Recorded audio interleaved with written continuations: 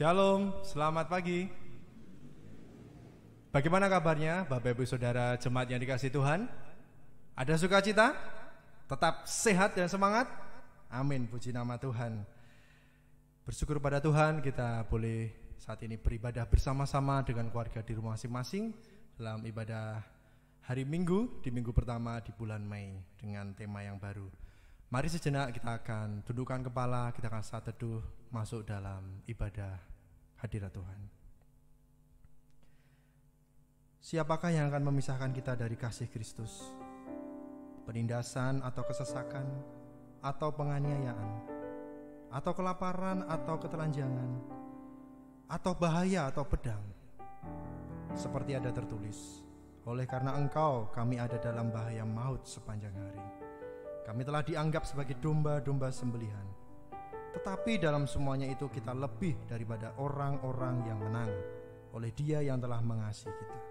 Sebab aku yakin bahwa baik maut maupun hidup, baik malaikat-malaikat maupun pemerintah-pemerintah, baik yang ada sekarang maupun yang akan datang, atau kuasa-kuasa baik yang di atas maupun yang di bawah, ataupun sesuatu makhluk lain, tidak akan dapat memisahkan kita dari kasih Allah yang ada di dalam Kristus Yesus Tuhan kita. Amin. Oleh karena kemurahan Tuhan, kita ada sebagaimana kita ada hari ini.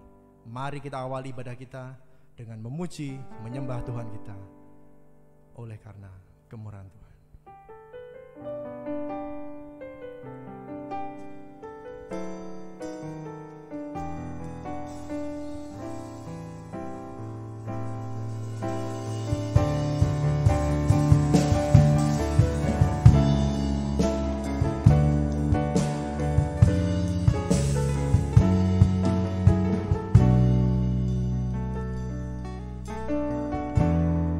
Kemurahan Tuhan, ku ada hari ini.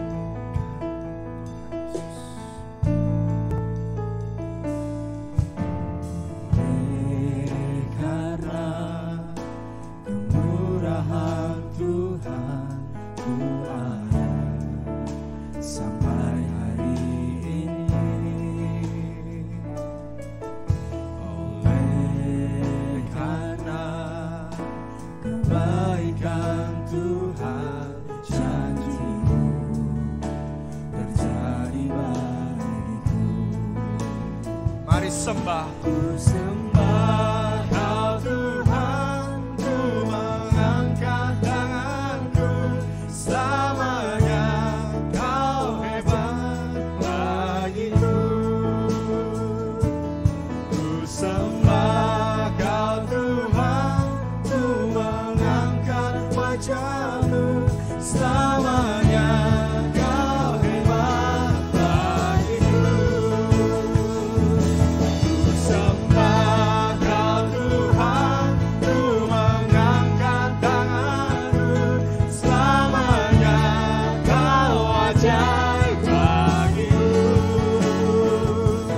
Ku sembah Kau Tuhan, ku mengangkat wajah-Mu. Selamanya Kau hebat bagiku. Selamanya Kau hebat bagiku. Selamanya Kau hebat Tuhan. Selamanya Kau hebat bagiku.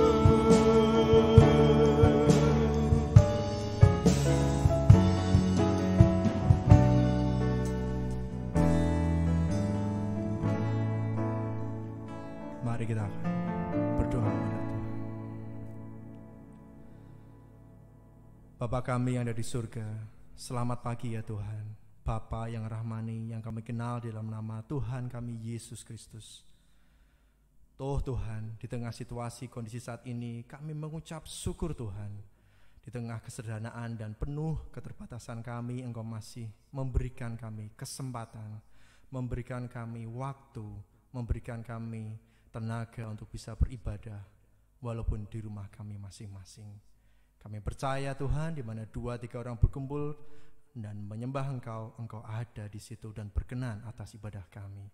Berkatilah ya Tuhan Yesus, Engkau pimpin ibadah kami walaupun dengan penuh keterbatasan, tetapi Engkau yang maha tahu Biarlah Engkau melihat motivasi kami, kejujuran kami, beribadah dengan sungguh-sungguh. Bahkan kami ingin menyembah dan terus memuji nama Tuhan. Karena Tuhan yang dari surga berkenan mendengar segala seru doa kami. Kami yakin dan percaya, bahkan sangat yakin Engkau Allah yang penuh dengan kasih. Tidak akan berlama-lama Engkau Tuhan berlama-lama untuk kami dalam kondisi ini. Kalau Engkau menghendaki hari ini, bahkan nanti virus ini pergi dari muka bumi ini, pasti Tuhan terjadi. Karena Tuhan adalah sumber kekuatan kami. Engkau adalah Allah yang maha hebat, dahsyat, ajaib dari dulu, sekarang, selamanya. Dan saat ini kami mendengar firman-Mu Tuhan. Berkatilah hamba-Mu yang sudah Engkau pilih, Bapak Pendeta Yusak Tuhan. Berikan kesehatan, bahkan visi misi-Mu tetap Engkau tanamkan. Sehingga Roh Kudus berbicara, menguatkan kami. Walaupun kami sendiri bersama keluarga, kami tidak goyah, justru semakin kuat iman kami di dalam Tuhan kami Yesus Kristus. Inilah Tuhan doa kami, pengakuan kami, dan iman kami nyatakan di dalam nama Tuhan kami Yesus Kristus, satu-satunya Tuhan, Juru Selamat kami yang berkuasa atas segala sakit penyakit bahkan kematian. Engkau adalah Allah kami yang hidup. Kami sudah berdoa. Haleluya. Amin. Ya, kita akan memuji nama Tuhan kita. Kita sudah berdoa, sudah diberkati bahwa kita saat ini adalah umat Tuhan yang berdiri di atas janji penebus. Oleh karena itulah kita menjadi kuat di dalam Tuhan kita Yesus Kristus. Mari kita akan nyanyikan berdiri atas janji penebus, nyanyian pujian buku merah kita nomor 223. Mari dengan penuh semangat kita akan nyanyikan, pujikan untuk kebesaran nama Tuhan kita.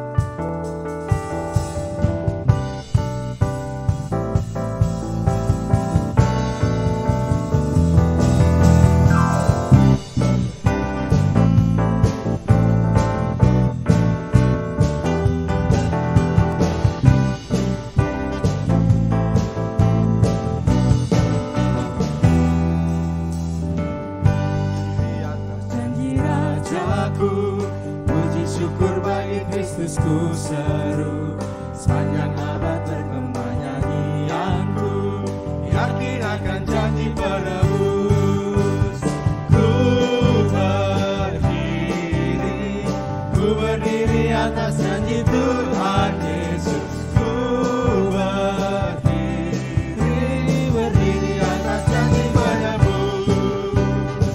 Baik, yang kedua, ku berdiri atas janji yang teguh, walau topan kita tidak akan goyah. Amin.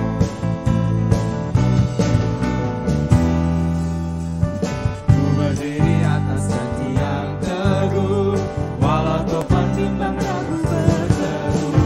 Firman Allah sumber kemenanganku, yakin akan janji penebus. Ku berdiri atas janji Tuhan Yesus. Ku berdiri atas janji penebus. Ku berdiri janji penebus. Ku berdiri atas janji Tuhan Yesus. Ku berdiri atas janji penebus.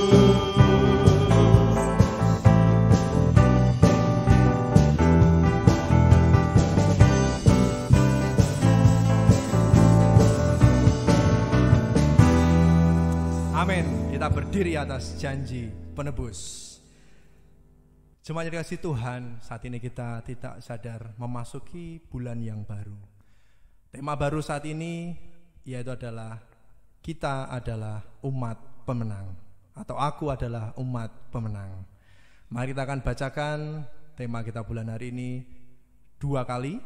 Lalu setelah kali yang kedua kita sebutkan ayatnya, sudah ada di dalam bawah ini. Kita akan bacakan bersama-sama. 1, 2, 3. Aku adalah umat pemenang. Sekali lagi. Aku adalah umat pemenang. Roma 8 ayat 37. Amin. Kita bahkan lebih dari pemenang. Dan saatnya kita sebagai umat yang lebih dari pemenang menerima kebenaran firman Tuhan yang akan menguatkan kita. Satu pujian yang membuat kita kuat, bahkan selalu ingat walaupun badai menerpa. Dialah Allah El Shaddai, Allah yang maha kuasa. Kita akan nyanyikan El Shaddai.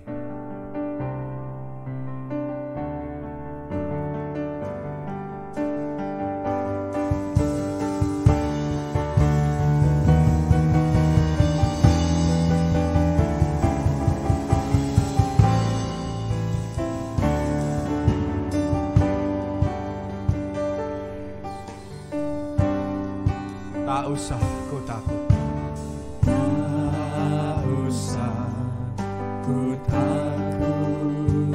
Allah menjagaku.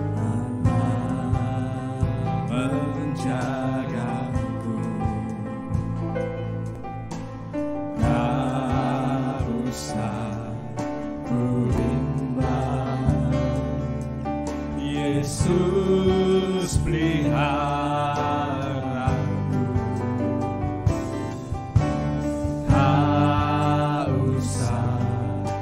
Susah, Roh Kudus hibur, Roh Kudus hiburku, dan tak usah ku cemas, tak usah ku cemas, Dia memerhatiku. El Shaddai, El Shaddai, El Shaddai, Allah Maha Kuasa. Dia besar, Dia besar, Dia besar, El Shaddai mulia, El Shaddai, El Shaddai, Allah Maha Kuasa. berkatnya melimpah, Berkatnya melimpah, besarkan. Mari dengan iman kita katakan, pujikan El Shaddai. El Shaddai, El Shaddai, Allah Maha Kuasa. Dia maha kuasa, mampu mengubah situasi. Oh, Yesus, Dia besar. besar, El Shaddai mulia, El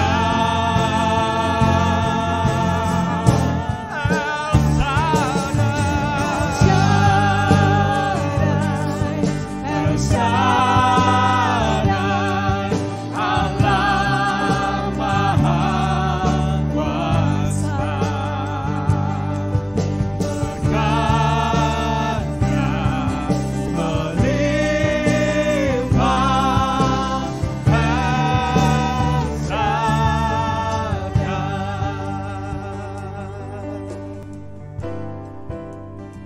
Berkat firman Tuhan, Allah kita El Shaddai yang maha kuasa akan disampaikan oleh hambanya. Bapak Pendeta Yusak Joko Santoso akan menyampaikan firman Tuhan, dan mari kita siapkan hati dan pikiran kita. Shalom, selamat pagi Bapak Ibu Saudaraku yang dikasihi Tuhan. Kita bertemu kembali ya dalam ibadah kita di minggu pagi ini.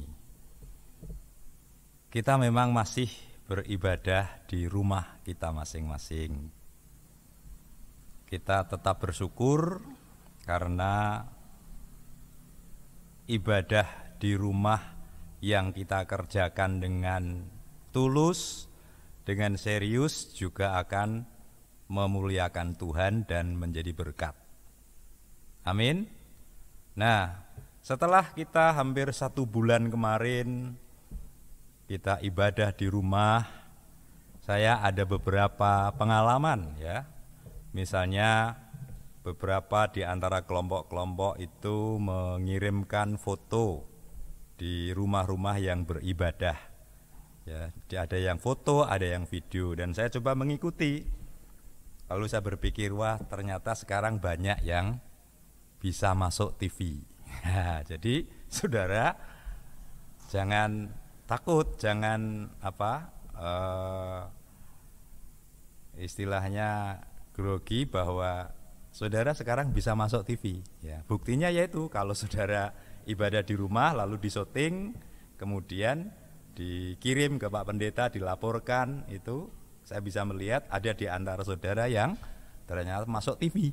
Ya, jadi saudara sudah jadi artis, ya, artis lokal. Tapi namun saya memperhatikan, ketika saya perhatikan cermat itu ya, siapa saja yang ikut ibadah, ternyata ada beberapa di antara saudara itu yang waktu beribadah kelihatan, ya, oh ini ngomong sendiri, ini bermain-main sendiri, ini serius, ini memperhatikan, kelihatan. Jadi hati-hati kalau saudara disyuting waktu ibadah, coba hati-hatilah, karena saudara bisa kelihatan nanti kalau syutingan atau video itu dikirim, kelihatan siapa yang serius, yang dengan bermain-main. Bahkan saudara akan kelihatan, ya, dulu pernah ada yang sampai menyampaikan itu ya, ibadah ada yang pakai celana pendek itu ya, ada yang pakai, ya pokoknya pakaiannya kurang rapi, sehingga akhirnya itu diingatkan supaya semuanya beribadah sebagaimana ketika ibadah di gereja.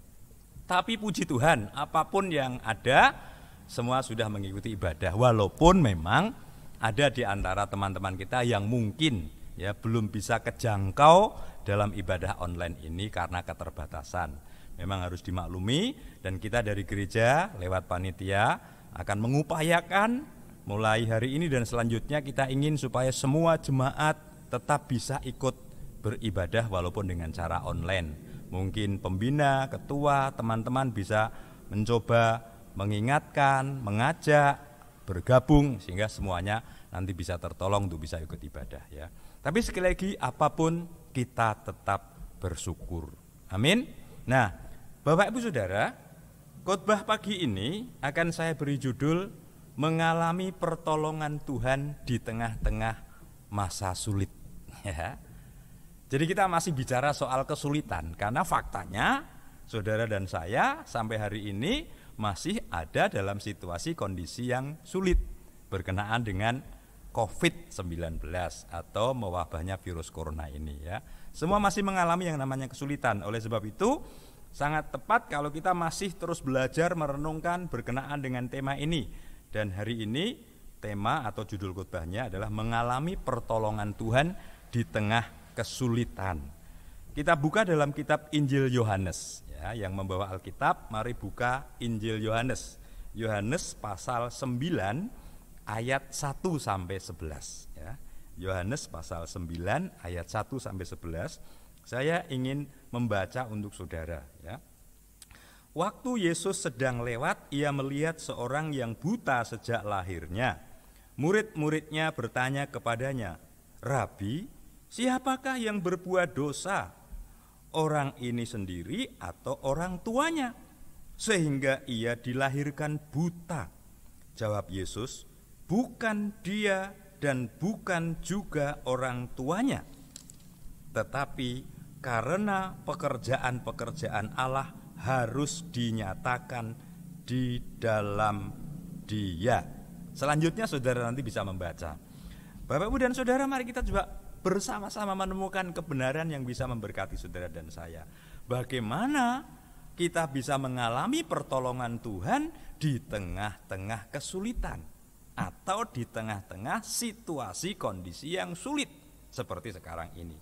Perhatikan ayat yang ke-1 dan kedua dari kitab Injil Yohanes pasal 9. Ketika ada pertanyaan dari seorang murid, murid-muridnya bertanya kepadanya, "Rabi, siapakah yang berbuat dosa, orang ini sendiri atau orang tuanya, sehingga ia dilahirkan buta?" Jadi waktu itu murid-muridnya menanyakan kepada Yesus berkenaan dengan adanya seorang anak yang buta sejak lahir dari kandungan ibunya. Mereka menanyakan, ini salah siapa kalau seperti ini? Dosa siapa kalau seperti ini? Dan jawaban Yesus apa tadi ya? Yesus menjawab, bukan dia dan bukan juga orang tuanya, tetapi karena pekerjaan Allah harus dinyatakan di dalam dia. Saudara, ini sangat menarik. Kebenaran pertama yang saya ingin bagikan, bagaimana kita bisa mengalami pertolongan Tuhan di tengah-tengah persoalan yang besar yang namanya kesulitan, situasi kondisi yang sulit. Yang pertama yaitu semuanya diawali dengan masalah, persoalan. Jadi terkadang bahkan sering saudara, Allah kita itu mengizinkan masalah menimpa hidup saudara dan saya. Saya mau ulangi sekali lagi. Kadang bahkan sering Allah itu mengizinkan masalah menimpa hidup kita. Mengizinkan kesulitan-kesulitan itu menimpa hidup kita. Kenapa? Karena justru lewat kesulitan-kesulitan itu, lewat masalah-masalah tersebut, Allah akan menunjukkan bagaimana Dia itu bisa menolong anak-anaknya walaupun di tengah-tengah kesulitan. Allah ingin menunjukkan bahwa Dia sanggup menolong orang-orang yang percaya kepadanya yang sedang mengalami kesulitan. Allah ingin menunjukkan bahwa Dia punya rencana yang baik di balik kesulitan-kesulitan yang dialami oleh orang-orang percaya atau anak-anaknya. Saudara masih ingat di dalam Perjanjian Lama ada kisah seorang pejabat, boleh dibilang begitu ya, sudah punya jabatan, mapan, penghasilannya juga oke, hidupnya juga sudah tertata baik, perekonomiannya apalagi sudah nyaman lah pokoknya. Tapi sekalipun toh semuanya sudah mapan, nyaman, jabatan oke dan lain sebagainya, toh dia ngalami masalah. Dia namanya Naaman. Masih ingat kisah itu ya? Seorang panglima tentara yang bernama Naaman. Masalahnya apa? Dia itu orang terkenal, punya jabatan tinggi, dihormati, kaya, punya pengaruh, tapi dia sakit. Dan sakitnya tidak gampang untuk disembuhkan. Dengan kata lain, dia ngadepi masalah. Ya, dia punya masalah. Dan kalau kita membaca kisah itu, akhirnya dia punya pembantu, gitu ya. Pembantunya itulah yang dipakai Tuhan untuk memberitahu kepada dia bahwa ada seorang hamba Tuhan yang bisa menolong dia untuk bisa sembuh dari sakit penyakitnya. Sehingga prosesnya diikuti, Naaman sampai harus diperintahkan untuk mencelupkan gitu ya dirinya, badannya atau mandi di sungai yang menurut Naaman ini sungai kotor. Di daerahnya ada sungai yang bagus, kenapa saya harus mencelupkan diri di sungai yang kotor? Tapi itu yang harus dikerjakan. Sampai Naaman harus seperti itu. Dengan kata lain, sekalipun Naaman itu punya jabatan, punya harta banyak, punya pengaruh terkenal, tapi dilanda masalah. Jadi poinnya adalah, saya ulangi sekali lagi, terkadang saudara, bahkan juga sering Tuhan itu mengizinkan kesulitan-kesulitan, masalah-masalah menimpa hidup saudara dan saya. Kenapa? Allah ingin menunjukkan Dia bisa menolong saudara dan saya di tengah-tengah kesulitan. Allah ingin menunjukkan bahwa Dia bisa menolong saudara dan saya di tengah-tengah masalah yang berat. Allah ingin menunjukkan bahwa di balik masalah-masalah dan kesulitan itu, Allah punya rencana yang baik. Contohnya tadi, kisah Naaman. Karenanya, kalau hari ini saudara dan saya masih menghadapi masalah, masih menghadapi kesulitan, mari kita merenungkan. Bisa jadi ini memang diizinkan Tuhan. Diawali dengan kesulitan yang berat ini karena Tuhan ingin menyatakan rencananya yang baik. Tuhan ingin menunjukkan, mendemonstrasikan bahwa Dia bisa menolong saudara dan saya. Walaupun menghadapi masalah, kesulitan besar, Dia sanggup menolong dan memulihkan saudara. Amin. Itu hal yang pertama yang saudara saya harus renungkan. Biasanya diawali dengan masalah, lalu Allah mendemonstrasikan pertolongannya. Seperti di dalam ayat 1 dan 2, ketika Tuhan Yesus menjawab pertanyaan murid-muridnya, siapa yang salah, Guru? Kenapa dia lahir dalam keadaan buta? Apakah dia berdosa atau ibunya atau orang tuanya? Bukan dia, bukan ibunya, tetapi Tuhan katakan karena pekerjaan Allah harus dinyatakan. Oh, ini rencana Tuhan. Ternyata Tuhan melalui kebutaan anak tadi ingin menyatakan pekerjaan-pekerjaan yang luar biasa. Artinya ada rencana Allah yang dinyatakan melalui peristiwa anak yang buta. Bukan karena dia dosa, bukan karena orang tuanya, tapi karena Allah punya rencana yang baik. Nah, kita renungkan ini dalam kehidupan kita. Yang kedua, mari kita perhatikan yang kedua. Bagaimana kita bisa mengalami pertolongan Tuhan di masa yang sulit? Ayat yang ke-6 sampai yang ke-7 di sana berbunyi, dan berkatalah kepadanya, pergilah, basuhlah dirimu dalam kolam Siloam. Lalu selanjutnya saya tuliskan di sini, maka pergilah orang itu, ia membasuh dirinya, lalu kembali dengan matanya sudah melek. Saudara, seorang yang buta yang ditanyakan oleh murid-muridnya itu akibat dosa siapa, dan Tuhan Yesus menjawab itu bukan dosa dia, bukan dosa orang tuanya, tapi karena Tuhan punya rencana yang baik. Tidak hanya berhenti sampai di situ. Buktinya pada waktu dia datang kepada Yesus, Yesus memerintahkan kepada orang buta ini, yaitu berkatalah Yesus kepadanya, pergilah, basuhlah dirimu dalam kolam Siloam. Kita perhatikan, ketika orang yang buta ini disuruh Tuhan Yesus, diperintahkan Tuhan Yesus untuk pergi ke kolam, lalu basuh dirinya di kolam itu. Sudah? Sekali lagi, ini pelajaran yang baik. Dia tidak banyak komplain, tidak banyak protes, dia tidak banyak komentar, padahal dia buta. Selama ini mungkin juga sudah coba berusaha berobat kemana-mana, belum juga sembuh. Tapi ketika di hadapan Yesus, dia diperintahkan untuk pergi ke kolam, lalu membasuh dirinya di dalam kolam. Ini apa? Kalau orang sekarang mungkin seperti itu ya. Tapi itulah yang terjadi. Dan Alkitab mencatat, orang buta ini pergi ke kolam seperti perintah Yesus, lalu membasuh dirinya, dan Alkitab mencatat, lalu kembali dengan matanya sudah melek. Saudara, sebetulnya yang membuat dia melek, menurut saya bukan karena kolamnya, bukan karena air yang dimana dia membasuh dirinya, tapi karena dia mau mentaati perintah Yesus itulah, maka dia melek dari kebutaannya. Memang air itu sarana. Tapi coba bayangkan kalau dia itu protes kepada Yesus, komplain.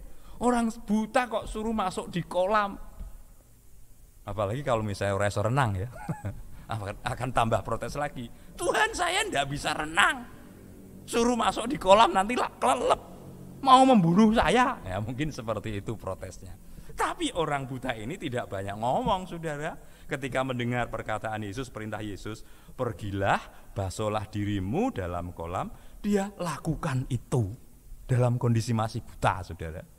Jalan ke kolam, mencelupkan diri, membasuh dirinya, dan sekali lagi Alkitab mencatat, lalu kembali balik ke Yesus dengan matanya sudah melek. Jadi rahasia yang kedua untuk bisa mengalami pertolongan Tuhan di tengah-tengah kesulitan, seperti orang buta ini mengalami kesulitan yaitu karena kebutaannya, selain menghayati bahwa sering Allah mengizinkan masalah kesulitan menimpa kita karena Allah punya rencana. Yang kedua, untuk mengalami pertolongan Tuhan di tengah-tengah kesulitan diperlukan yang namanya ketaatan total kepada Tuhan. Dibutuhkan ketaatan total seperti orang buta tadi, tidak banyak komplain, tidak banyak protes, tidak banyak ngomong. Yesus perintahkan pergi ke kolam, dia pergi ke kolam, dia basuh dirinya dan balik sudah melek, saudara. Artinya bisa melihat pertolongan Tuhan terjadi. Ini mengingatkan saudara dan saya pernah sampaikan renungan ya beberapa waktu yang lalu, kisah tentang orang lumpuh yang disembuhkan Tuhan. Lumpuh tidak bisa jalan, ketika datang kepada Yesus diatasi dosanya, tetapi juga diperintahkan, bangkitlah, angkatlah tempat tidurmu, pulanglah. Dia taati perintah Yesus dan bisa jalan. Sama seperti ini. Ya. Ketaatan total dibutuhkan untuk setiap orang yang rindu mengalami pertolongan Tuhan di tengah-tengah situasi kondisi yang sulit. Hari ini kita masih mengalami kondisi itu, saudara. Tapi jangan khawatir, kita punya Tuhan yang bisa melakukan pekerjaan yang dahsyat, menolong saudara dan saya mengatasi kesulitan ini. Amin. Kita bisa mengalami pertolongan Tuhan yang dahsyat di tengah-tengah kesulitan ini, manakala kita mempunyai ketaatan yang total kepada Tuhan. Tidak meragukan perintah Tuhan, tidak banyak berdalih dengan sabdanya Tuhan, tapi taat secara total. Di situ Tuhan akan berkarya dengan kedahsyatannya untuk menolong saudara dan saya. Amin. Puji Tuhan. Yang ketiga, yang terakhir. Mari kita perhatikan ayat 10 sampai 11 ya. Ayat 10 sampai 11 bunyi begini. Saya mau bacakan untuk saudara dan saya ya, 10 sampai dengan yang ke-11. Kata mereka kepadanya, "Bagaimana matamu menjadi melek?" Jawabnya, "Orang yang disebut Yesus itu mengaduk tanah, mengoleskannya pada mataku dan berkata kepadaku, 'Pergilah ke Siloam dan basuhlah dirimu.' Lalu aku pergi dan setelah aku membasuh diriku, aku dapat melihat." Saudara, ini menarik ya. Jawabnya, orang yang disebut Yesus itu ya, ini artinya begini, ketika dia sudah melek, melihat, banyak orang tahu, lalu ingin ngerti, bertanya, "Kok iso? Kamu kok iso melek ini tadi piye ceritane? Ceritane gimana kok kamu bisa melihat? Padahal selama ini kamu buta, selama ini sudah berusaha kemana-mana, tapi kamu gagal. Tapi hari ini kenapa kamu bisa melihat?" Orang ini tidak takut, tidak ragu, ngomong dengan gamblang. Jawab orang tersebut, orang yang disebut Yesus itu, dia bersaksi kepada orang lain yang bertanya itu tentang Yesus. Berani menyebut Yesuslah yang menyembuhkan dia dari kebutaannya. Artinya begini saudara, orang yang mengalami pertolongan Tuhan itu akan terdorong, termotivasi dalam dirinya untuk berani bercerita, bersaksi kepada orang lain tentang siapa yang menolongnya. Dalam hal ini, orang buta yang berhasil sembuh dan melek, dia dengan lugas ngomong, Yesus yang menyembuhkan. Jadi ini menjadi sebuah pelajaran rohani bahwa orang yang mengalami pertolongan Tuhan itu akan terdorong untuk bersaksi kepada orang lain, menceritakan tentang kebaikan Tuhan, tentang kuasa Tuhan, tentang kedahsyatan Tuhan. Nah saudara, mari kita menjadi orang-orang yang seperti tadi, ya, yang menyikapi masalah dengan pemahaman tadi bahwa seringkali Tuhan itu mengizinkan masalah menimpa kita, supaya kita bisa melihat bahwa Dia bisa menolong kita. Yang kedua, mari kita menjadi orang-orang yang taat secara total. Seperti orang buta ini, karena ketaatannya dia bisa melek dari kebutaannya. Dan di tengah-tengah situasi kondisi yang sulit ini, kalau kita menjadi orang-orang yang taat kepada Tuhan, Tuhan bisa berkarya menolong saudara dan saya dari situasi kondisi ini. Dengan demikian, nanti suatu saat kita bisa bercerita kepada dunia ini bahwa yang menolong saudara dan saya di tengah-tengah kesulitan ini adalah Tuhan Yesus Allah yang hidup. Itu akan terus mendorong saudara dan saya bercerita karena kita ngalami, karena Yesus yang menolong saudara dan saya. Amin saudara. Itulah 3 perkara yang saya bagikan. Bagaimana kita bisa mengalami pertolongan Tuhan di tengah-tengah situasi kondisi yang sulit. Yaitu yang pertama, pahami bahwa seringkali Allah mengizinkan kesulitan itu menimpa kita karena Dia punya rencana yang baik.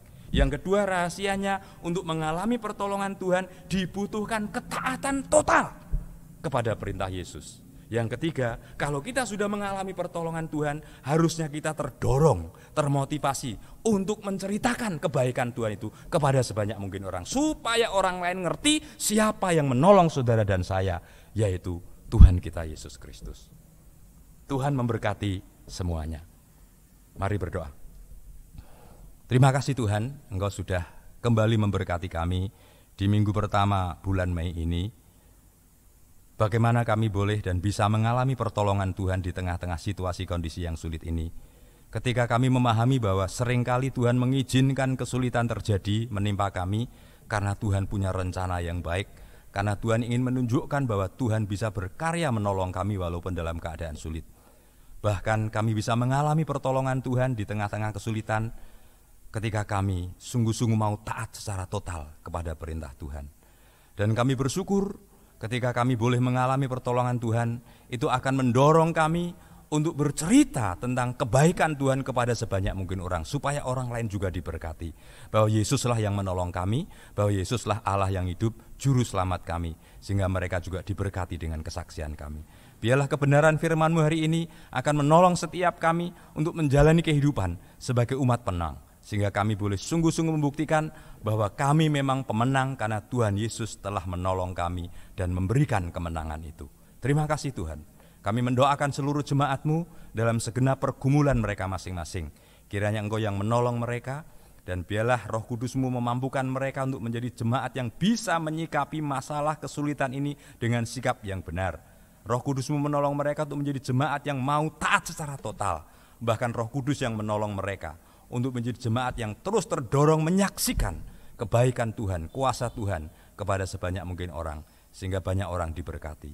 Berkati mereka dalam kehidupan pribadi dan keluarga dengan segala berkat kebaikan dan kemurahan Allah. Terima kasih Tuhan, kami menyerahkan seluruh pergumulan jemaat Tuhan. Kiranya Tuhan yang tahu, Tuhan yang mampu, Tuhan yang menolong, dan Tuhan yang memberkati. Kami berdoa untuk jemaat Tuhan dan memohon berkat di dalam nama Yesus Kristus. Haleluya. Amin.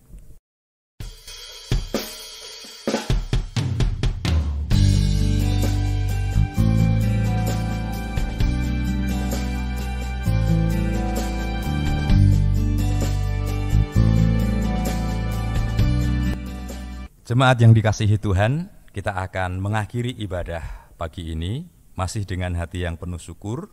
Mari kita, kalau memungkinkan, kita bisa berdiri bersama-sama walaupun di rumah saudara masing-masing.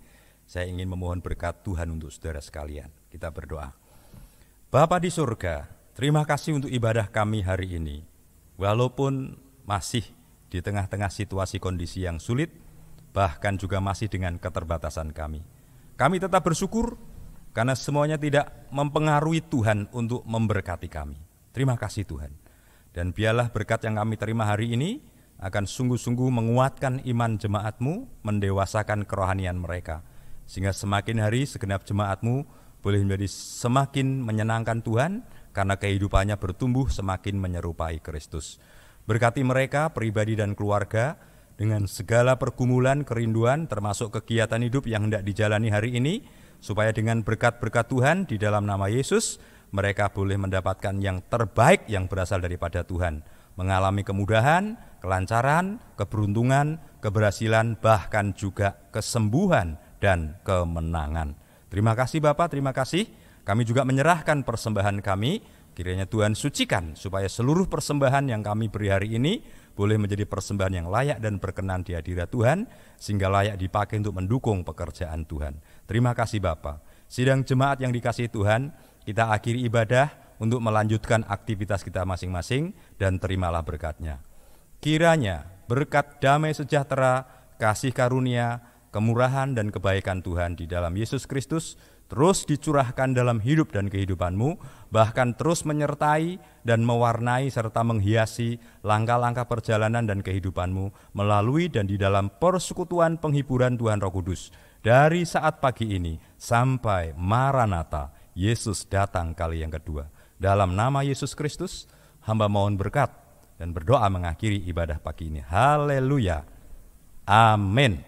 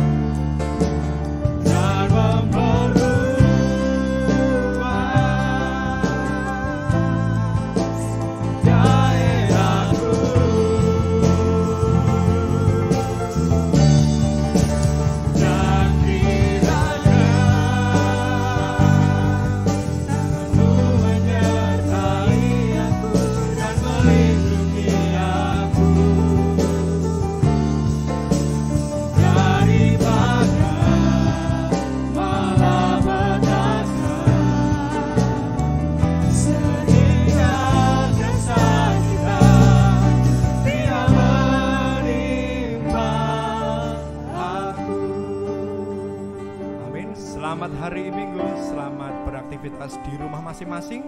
Tetap semangat karena kita adalah umat pemenang. Tuhan Yesus memberkati kita semua. Amin.